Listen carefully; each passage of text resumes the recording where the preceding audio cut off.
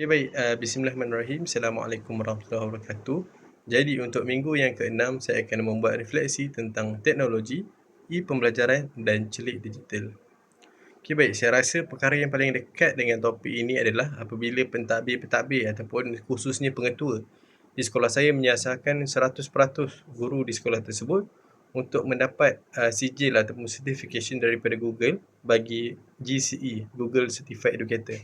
Yang mana untuk mendapatkan sijil tersebut, kita perlu melakukan beberapa tugasan lah seperti Google Classroom, Google Meet, Google Calendar, Excel dan sebagainya. Yang mana saya rasa ini sangat bagus kerana ianya dapat mendedahkan guru-guru yang kurang berkemahiran tentang IT ini, dan itu juga memperkukuh lagi kemahiran-kemahiran guru yang dah biasa guna. Kerana bagi saya, walaupun saya pun agak familiar dengan semua alat-alat tersebut, tetapi ada tugasan-tugasan yang disuruh tu yang saya tak tahu pun ada sebenarnya feature-feature tersebut. Jadi saya rasa itu satu inisiatif yang amat bagus lah daripada pihak sekolah, supaya guru-guru familiar dengan alatan-alatan ataupun tools daripada Google supaya boleh digunakan semasa pembelajaran.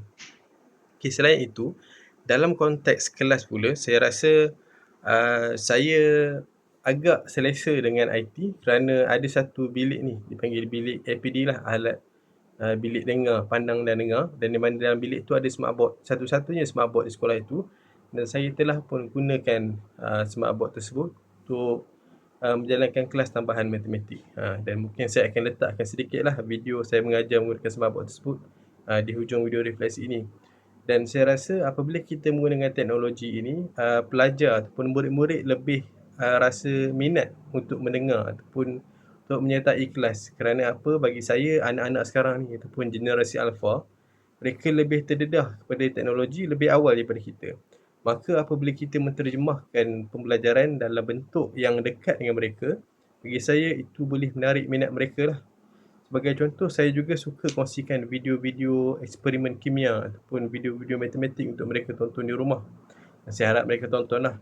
Kerana bagi saya, pelajar-pelajar pada zaman sekarang ini agak, boleh dikatakan lah, suka nak berenggang dengan gadget mereka. Jadi apabila kita memberikan mereka tugas ataupun video-video tersebut, maka mereka tak perlu pun berenggang dengan gadget mereka, mereka boleh klik dan tonton terus. Jadi bagi saya itu sangat baguslah. Kita pun boleh jimat duit tanpa perlu print nota, fizikal dan sebagainya. Mereka juga boleh akses di mana-mana. Contoh dalam perjalanan pulang ke rumah ataupun perjalanan datang ke sekolah pun mereka boleh tonton. Okay, seterusnya saya juga bukanlah selalu, adalah 2-3 kali saya memberikan latihan kepada anak-anak murid saya dalam bentuk buku digital ataupun e-book. Ini juga boleh menyebabkan kos printing dan mereka pun boleh tengoklah soalan apa yang saya nak bincangkan sebelum mereka datang.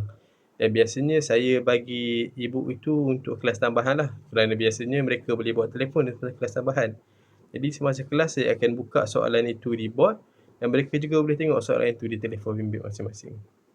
Okay, harapan saya untuk masa depan ataupun pandangan saya rasa celik IT ni sememangnya satu kemahiran yang perlu dikuasai oleh semua guru di Malaysia.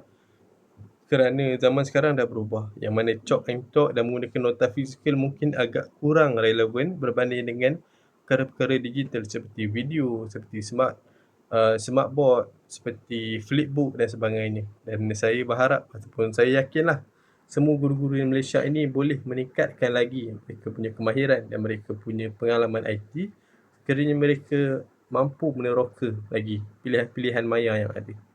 Dan saya rasa perkara ini perlu dititik beratkan bukan saja oleh pihak sekolah seperti mana pihak sekolah saya yang menekankan Google Certified Educator tersebut, tapi saya rasa ini satu usaha yang perlu diusahakan oleh guru itu sendiri. Okay. Jadi saya rasa perkara ini memang patut diusahakan oleh individu lah, bukan sahaja oleh masyarakat. Okay. Jadi itu sahaja pandangan saya. Sekian, terima kasih. Bila ada negatif ni, nampak je tidak? Contoh P dia, saya kata ada orang pakai kemerahan. Bila negatif P tambah